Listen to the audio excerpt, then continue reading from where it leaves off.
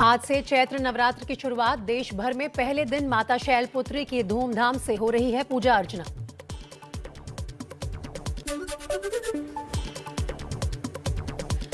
UP के बलरामपुर में CM योगी ने की नवरात्रि की पूजा। बलरामपुर के पाटेश्वर मंदिर में की माता की पूजा अर्चना।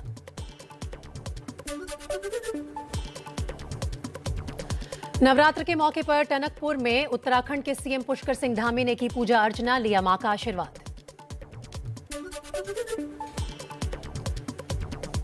पहले नवरात्र पर कटरा में माता वैष्णो देवी के दर्शनों के लिए भारी संख्या में श्रद्धालु पहुंचे। माता की आरती का लाइव प्रसारण किया जाएगा। कटरा में कई जगह एलईडी स्क्रीन लगाए गए हैं।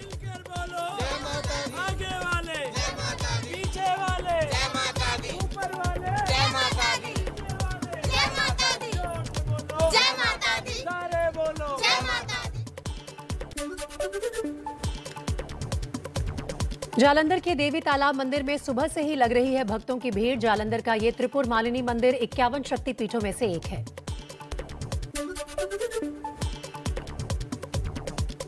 दिल्ली के झंडेवाला मंदिर में नवरात्रि के पहले दिन उमड़ी श्रद्धालुओं की भीड़। मंदिर परिसर को फूलों से सजाया गया है। कोरोना की वजह से 2 साल बाद खुला है मंदिर। अयोध्या में शुरू हुई नवरात्रि की पूजा। बड़ी देवकाली मंदिर में बड़ी संख्या में पहुंच रहे हैं श्रद्धालु।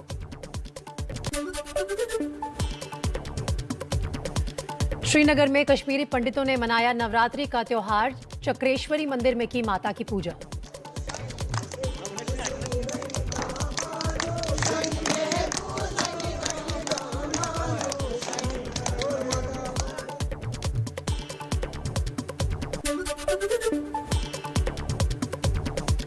चैत्र नवरात्र के पहले दिन हरियाणा के पंचकुला में माता मनसा देवी के मंदिर में लगी श्रद्धालुओं की भीड़। माता के दर्शन के लिए सुबह से ही पहुंच रहे हैं लोग। 51 शक्तिपीठों में से एक सतना के मैहर माता मंदिर में लगी भक्तों की भीड़। श्रद्धालु सुबह 3 बजे से ही दर्शनों के लिए पहुंच रहे हैं।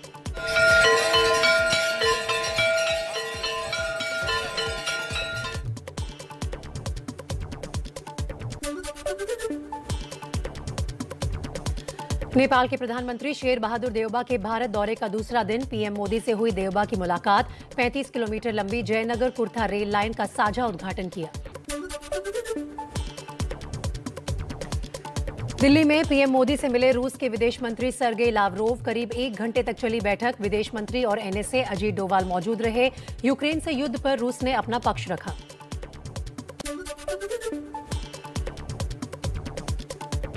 पीएम मोदी ने रूस से तुरंत युद्ध विराम की बात दोहराई। बोले, बातचीत से मसले का हल निकाला जाए। भारत किसी भी तरह के शांति प्रयासों में योगदान के लिए तैयार है।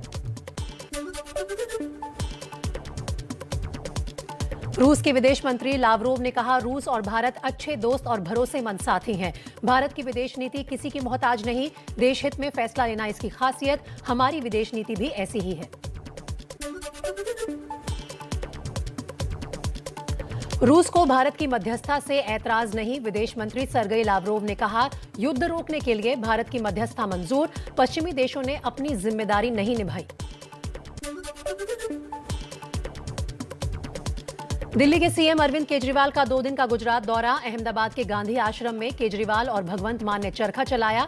अहमदाबाद में दोनों रोड शो करेंगे। दिल्ली के सीएम अरविंद केजरीवाल और पंजाब के सीएम भगवंत मान अहमदाबाद के गांधी आश्रम पहुंचे। बापू की तस्वीर पर माला चढ़ाई।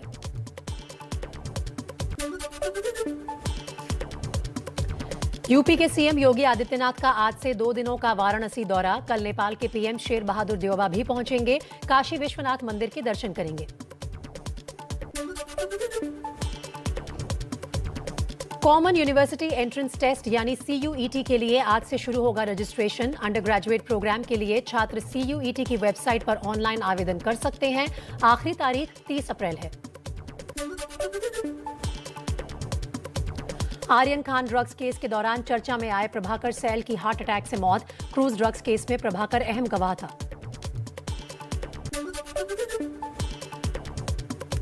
प्रभाकर की मौत के बाद एनसीपी ने की जांच की मांग। एनसीपी प्रवक्ता महेश तापसे ने कहा, प्रभाकर एक अहम गवाह था।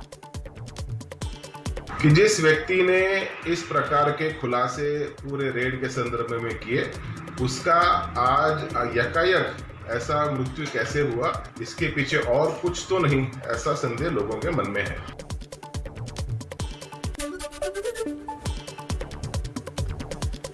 आर्यन खान की गिरफ्तारी के बाद विवादों में आए एनसीबी के गवाह केपी गोसावी के प्राइवेट बॉडीगार्ड थे प्रभाकर सैल। प्रभाकर ने एनसीबी डायरेक्टर समीर वानखेड़े पर कई गंभीर आरोप भी लगाए थे।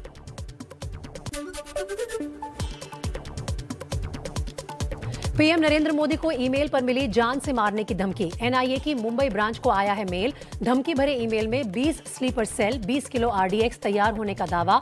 एनआईए जांच में जुटी। यूपी के कानपुर में बीजेपी का समर्थन करने वाले मुस्लिम युवक के साथ मारपीट।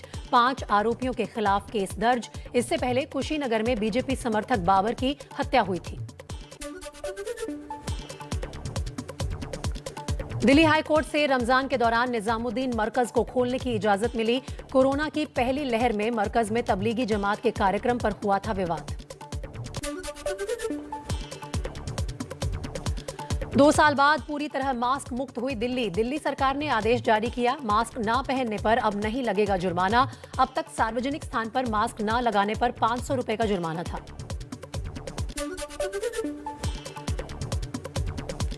एमएसपी कानून पर आगे बढ़ी केंद्र सरकार। कमेटी के लिए संयुक्त किसान मोर्चा से मांगे नाम। जवाब में मोर्चे ने सरकार से सवाल पूछे। एक दिन की राहत के बाद फिर बढ़े डीजल और पेट्रोल के दाम। दिल्ली में 80 पैसे का इजाफा।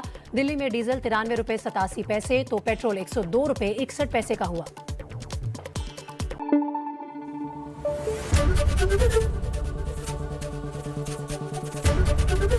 एबीपी न्यूज आपको रखे आगे।